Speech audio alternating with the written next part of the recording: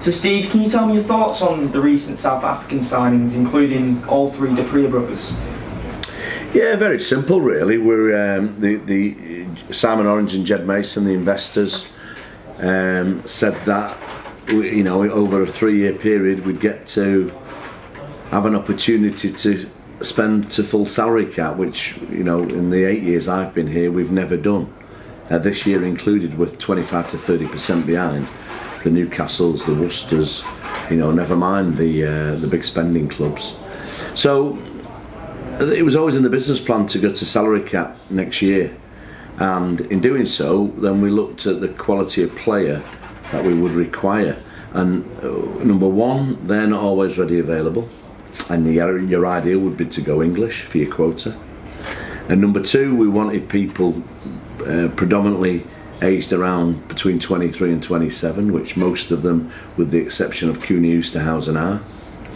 And number four, we needed proven track records. We needed people who are outstanding in their position at the highest level, i.e. international. And number three, probably more important, was that they're of the right character to come in and live in Manchester and try and take Sale to be a sporting force in the city. And how much of a factor is it when recruiting South African players that they will be available during that Six Nations period, which is predominantly a difficult period for a lot of the top sides in the league? Yeah, but the problem that you have with the global calendar, which isn't aligned, is you get them in the Six Nations, the Southern Hemisphere lads, but you don't get them in the Championship around September time. So you've got to allow for that with your squad. But I'm pretty confident that with the squad we're assembling, and there are a few South African lads in that squad, that I'm pretty sure that they'll come round to the Northern English culture of how we do things. We will not move away from what has always served us well, spending 30 to 50% less than anybody else, is that abrasive style. Combine that with some of the signings that we've made, just the size of these players, the ballast that it brings to the team.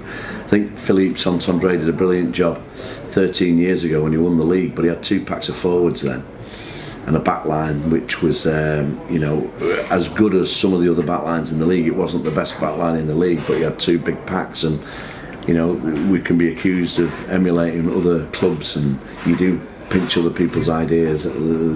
Plagiarism is part of the deal. But for me, it's 2 packs of forwards, 2 positions in every player, and I think with what we've got coming through the academy and what we've signed, then I don't think we're far off in that. And Faf has become one of the marquee players at this club. How influential has he been in recruiting his teammates from the national side?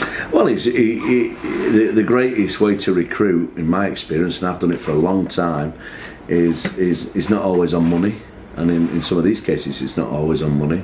It's opportunity, and when it comes to selling the club and where we're going to try and go with it, we now have in a position where we have the finance behind us. We're a lean run business, but we're trying to make the deficit of any losses as minimal. But it's always good to have somebody in here who feels the same way as you do on the playing side, and the South African lads get a bit more comfort when they know Faf, who's a top draw, in the top 2-3 players in the Wilderness position, shouts your corner. It certainly goes a long way of dispelling the fact that it's a dominating, bullying environment that we're working, because so many players have switched on, so many players have decided to join us, and more importantly, our back of room staff who work extremely hard. With the exception of Dorian West, I think most people have been with us for 5, 6, 7 years now. So we've got real stability. Now it's time to put the recruiting pen down, get them integrated over the next 6 months, because there's only 32 players in here on July the 1st when we come back in. Then the under-20s come back in. Then the non-internationals may come back in if they're not World Cup. So it's a difficult pre-season to gel, but with the season format now put to us, we know that we're playing in mid-September in the 4 Premiership Cup games, so that'll give us a good time to play competitive rugby. But it's one of them freak years where you have a really long pre-season. We won't be having many warm-up games. We'll be treating the Premiership Cup as our warm-up, and But by Christmas time, I don't hopefully have everybody settled in. Do you feel these moves are a big step into moving towards becoming a sporting powerhouse in the city alongside the likes of Manchester United and Manchester City? Well, I don't think we can ever emulate those icons of football, but what we can do is what cricket has done. You know, they've got a test cricket venue in the city, we've got the two massive football teams, and notwithstanding the fact that 35-40 miles away we've got Liverpool, Everton, Burnley, you know, lots of other attractions on a Saturday afternoon, Friday, Saturday, Sunday to do.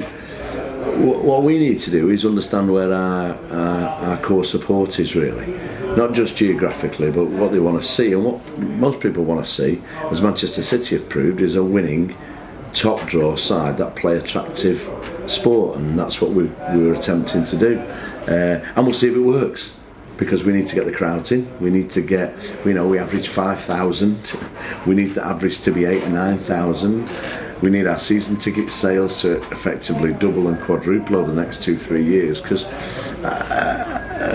there's only way we can sustain it. Leeds have recently gone into administration, so Newcastle have gone to the Championship, so there is literally us holding the flag for the north of England in rugby union. With so many players available, you know, we've got to keep the flagship as the first team, playing highly competitively, hopefully at the top of the league, and we've got to get our even more hard work done in the community and grassroots, so there's a natural pathway for people to come to.